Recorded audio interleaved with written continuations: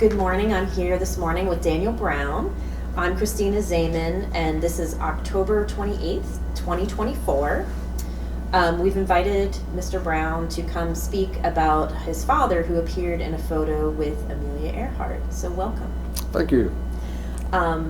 Please describe your family background, including origin and birthplace of your father, yourself, and any siblings or relatives. Okay, well, my fourth great-grandfather, Andrew Brown, came to America from Scotland in the early to mid-1790s. So my line of Browns have been in Georgia for around 230 years. Both my father and I were born in Atlanta. So you mentioned your father was in the photo with Amelia Earhart. Can you tell me a little bit about your dad? Sure. My father's name was Edmund Daniel Brown, and he was a junior at Russell High School when this picture was made. He went there with a couple of his friends so they would hopefully have an opportunity to meet Miss Earhart, which luckily they did. Just about every airplane my father ever serviced, I'm sure, was a DC-3, so he was very fond of those airplanes. He was very keen to the way things were changing, and he wanted to make sure that I had the opportunity to experience things that he thought were important. And so he got me a ride on a steam locomotive when I was a young boy, because he knew that their time was limited. And likewise, he wanted to make sure that I had an opportunity to experience a ride on a DC-3. So he booked us a flight from Atlanta to Chattanooga, just to make sure I had that experience. And I was able to return the favor in the late 1990s for Father's Day. I took him on a flight on a DC-3 from Kissimmee, Florida to Key West for the day. And of course we had a great time. And I'm so glad I had the chance to give him a final ride on a DC-3. As Eastern moved my father around the Southeast on various assignments, one of them took him to Chattanooga, where he met my mother. And after they dated for only about 3 months, they were married about 3 weeks after the attack on Pearl Harbor. And they were married for almost 60 years until he unfortunately passed away at the age of 84 in 2001. And my mom, though, made it to the ripe old age of 98. And how did you and your father become interested in aviation? Well, my father was surrounded by aviators where he grew up on a place called South Fulton Avenue in Hapeville, which was very near the then defunct Candler Raceway. But he had 3 neighbors. His next door neighbor was a pilot, a barnstorming pilot by the name of Beeler Blevins. A few doors down from that was another neighbor, Bonnie Rowe, who was a stunt flyer and parachutist. And a few more doors down the street was another barnstormer by the name of Doug Davis. And so he grew up around aviation, and he made sure the same thing happened for me, because when I was just about 8 years old, he took me for my first airplane ride at the South Expressway Airport down in Jonesboro, and in a Piper Cub. I was 8 years old, and it was a thrill to have my dad being the pilot. So that's how I got my start and how he got his. And we have the photo here. You mentioned that your father was one of the men featured in the photo with Amelia Earhart, and that he had made the model airplane she is holding. How did you come across the image, and can you describe how you felt when you discovered it? Well, a little minor correction there. I was mistaken in that he had built that airplane. It turns out that one of the other fellows in the picture made it. Well, I have for a short time now been a part-time employee at the Ladson Genealogical Library in Vidalia. And as part of my duties there, one day I decided to familiarize myself with one of our research tools, a thing called the Digital Library of Georgia. And as I was familiarizing myself with that website, I came across a heading to a section of images that it said previously unpublished photos of Amelia Earhart at Candler Field in 1934. And my father had always told me the story about how when he was a young fella, he had met Miss Earhart and had his picture made with her at the airport. And I thought, my goodness, could this be the picture? Because he never saw the picture. As it turns out, it was never published, and that's why he never had the chance to see it. But he just thought he missed it somehow. It came out in the paper, and he never got to see it. And I thought, well, if he never saw it, I'm sure I never will. So I'd given up all hope of ever seeing that picture. But when I saw that heading, I thought, my goodness, this could be it. So I dug a little deeper into the website there, into that section about Amelia, and there it was. I just could not believe it. I was just stunned. The first thing that happened actually was I shouted out loud, "Daddy, I found it!" I was so excited. And I just sat there with a big grin on my face for about 5 minutes straight with the tears streaming down my face. I was so thrilled. I thought, there he is, and there she is, just the way he told me. Wow. So it was a fantastic feeling. Can you tell us a little bit more about how your father came to be in the photo? You talked a little bit about that. Right. Well, he was a junior at Russell High School, an ROTC student there. And it turned out that somehow or another he'd caught wind that Amelia was going to be there that day. And so he and a couple of his classmates decided to go over there and see if they could have a chance to meet her. And one of the fellows in the picture had made this model airplane, and he took that, hoping that that would be his way of getting a chance to meet her by showing it to her. And so they managed to get over there. And of course, as my father told me this story over the years, I always imagined that it was some sort of a big publicity tour that she was on, and he was part of a crowd of hundreds of people that just got lucky.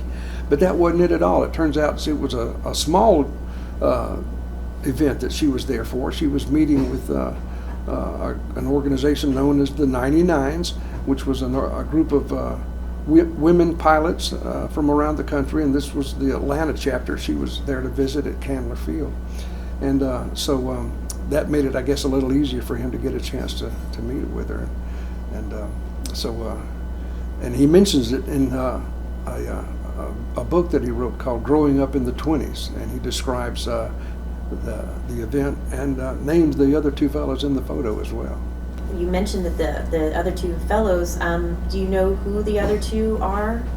I didn't think I did, just based on what he had told me and what I could recall of what he had told me, but as I went back later and looked into his book, Growing Up in the 20s, where he describes going to the Candler Field that day, he did mention their names, Fred Turner and James Hodges. And Fred is the one who actually built the model airplane that Amelia is holding. And did your father talk about either of them later in life? Or? No, I'm assuming that they were classmates of his, but he did mention that they were friends of his in his book. Did your dad ever talk about Amelia Earhart? And you mentioned that he had what kinds of stories, other than this photo opportunity? Well, my father always seemed to know a great deal about a great number of subjects, and aviation was no different. And he told me all sorts of details that, of course, are available to anybody in the history books now, of course. But he told me about how she had become famous initially by repeating Charles Lindbergh's transatlantic flight solo, being the first female to do so. And then, of course, he told me about the tragic story of she and her navigator, Fred Noonan, flying in her beautiful airplane. It was a Lockheed Electra. And they only got as far as Howland Island, somewhere in the Pacific, and that was the last contact they had. And she and Fred were lost and never found again. Anyway, so he told me all about that. Did he get to talk to her at Candler Field much, or just pose for the photo? I believe that was pretty much the extent of their contact, was just having that picture made. Do you have any favorite stories you'd like to tell about your dad related to aviation or not?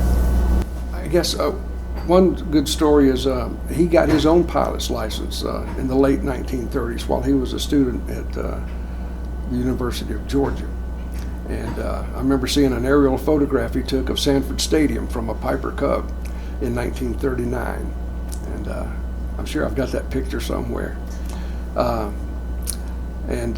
course, that wasn't the end of his flying, his college days. Turns out in 1940 he got a job with Eastern Airlines and worked as his job title was agent, and that didn't mean ticket agent. But he would service the airplanes when they would land. He would clean them out. He would refuel them. Whatever needed to be done to get the airplane ready for the next flight. He would talk on the radio, as it was inbound and all that sort of thing.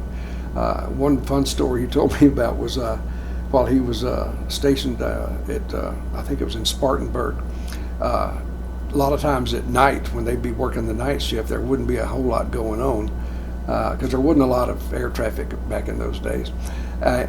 So he and his coworkers would be bored. They'd be looking for something to do, so they'd take their convertible, and one of them would sit up on the hood of the convertible while they drove up and down the runway shooting rabbits.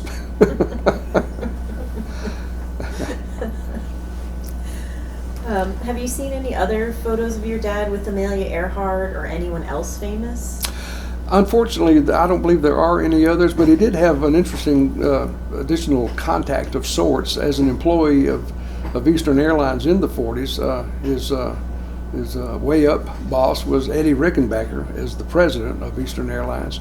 And my dad on 2 occasions had some ideas on how to improve the workflow of the job that he was doing at Eastern, and submitted those ideas for review, and they were accepted. And so Eddie Rickenbacker wrote him back a letter thanking him for his ideas and sent him a little money in each case, and of course personally signed the letters. And so those were a treasure that I have. Wow, that's so cool. And can you tell us any other stories that he told you about Candler Field, pilots, any other information or stories about the early years of aviation in Atlanta? Fortunately, by living so close to the Candler Field as he did, he knew every bit of its origin, and so I've always found this to be very interesting. It turns out in 1909, the founder of Coca-Cola, Asa Candler, built a racetrack there, and it was called the Candler Raceway or Candler Racetrack. And it was a 1.5 or 2 mile oval, much like Indianapolis is. And it was very popular for a few years, but after a while the public's interest waned, and the racetrack became eventually abandoned. And but then one by one, local pilots, his neighbors, like Doug Davis and Beeler Blevins, would start using the infield of the runway because it had been scraped flat by the bulldozers when they were constructing the raceway, so they could get some dirt to build the banked turns on the racetrack. And so the infield was nice and smooth and flat, and a great place to land an airplane. So those fellows started using that as their base of operations, and they erected small sheds that they would store oil and gasoline and spare parts in. And Doug Davis and Beeler Blevins were the first 2 fellows to actually set up shop there in the infield at the old raceway. And so the name slowly changed from Candler Racetrack to Candler Field. And it continued to be known by that name for some time. I'm not sure when it became the Atlanta Airport. That was its next official name. But that happened probably either in the late 30s or maybe early 40s, thereabouts. I believe maybe 40s. It was Okay. A little later, but yeah, the Atlanta Municipal Airport. Okay. And as a matter of fact, I've seen an aerial photo of, I guess, what was the terminal building, and you can see painted in huge letters so that it could be seen from the air. It said Atlanta Airport on the roof of the building. So I guess there was no mistaking by the pilots when they were inbound that they were at the right place. Are there any other stories or information you'd like to share with us? There's a few interesting stories about his neighbors that he shared with me, and also he put in that book he wrote, Growing Up in the 20s. Doug Davis was hired by the Baby Ruth candy bar company to promote their product, and so he painted in big letters on the side of his Curtis Jenny, Baby Ruth, and he would fly over downtown Atlanta dropping candy bars to the children below. And so that was kind of interesting, I thought. And also one of his other neighbors, this Bonnie Rowe fella, was quite the daredevil.